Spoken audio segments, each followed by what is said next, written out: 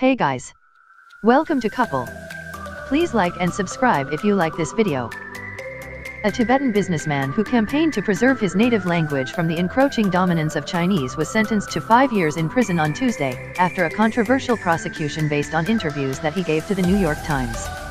The businessman, Tashi Wangchuk, heard the verdict in Yushu, a heavily Tibetan town in Qinghai Province, northwest China. His defense lawyers, Liang Xiaojun and Lin Kailiai, said by telephone.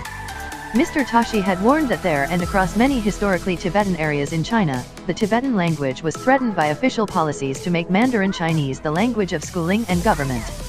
Mr. Tashi, 33, was arrested in early 2016, 2 months after he was featured in a New York Times video and article about Tibetan language education. He stood trial in January this year, charged with inciting separatism for comments he had made to the Times. His prison term will start from the time of his arrest, meaning that he will be due for release in early 2021, his lawyers said.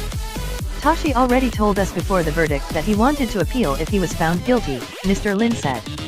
The two lawyers were not at the hearing in the remote town, but said Mr. Tashi's family told them of the verdict.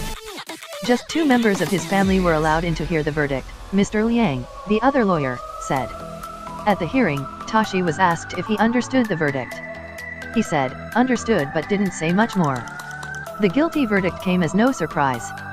China's Communist Party-controlled courts rarely find defendants in criminal trials innocent, and virtually never do so in politically charged cases like this.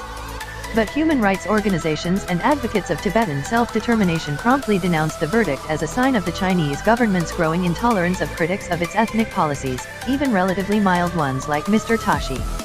He has been criminalized for shedding light on China's failure to protect the basic human right to education and for taking entirely lawful steps to press for Tibetan language education, Tenzin Jigdal of the International Tibet Network, a coalition of groups supporting Tibetan self-determination, said in an email.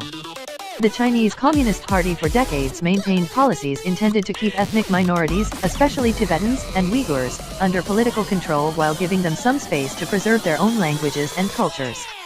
But under Xi Jinping, the staunch Communist Party leader who came to power in 2012, China has adopted more assimilationist policies, designed to absorb these minorities into the fold of one Chinese nation.